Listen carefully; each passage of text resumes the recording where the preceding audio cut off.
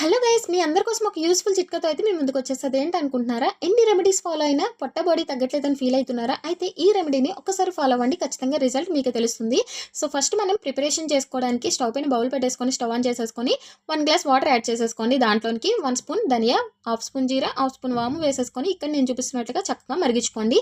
And water అనేది మనకి 3/4 glass అయితే అయిపోవాలి. అండ్ కలర్ వచ్చి ఇట్లా అయిపోవాలండి.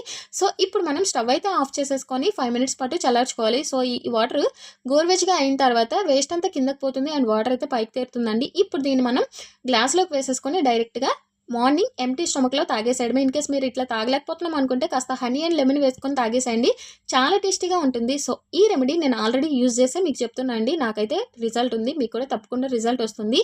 అండ్ దీంతో పాటుగా డైలీ మీరు మ్యాక్సిమం వీలైనంత వరకు వామ్ వాటర్ అంటే గోరువెచ్చని నీళ్ళు తాగడానికి ట్రై చేయండి, ఖచ్చితంగా కొలెస్ట్రాల్ అయితే కరుగుతుంది.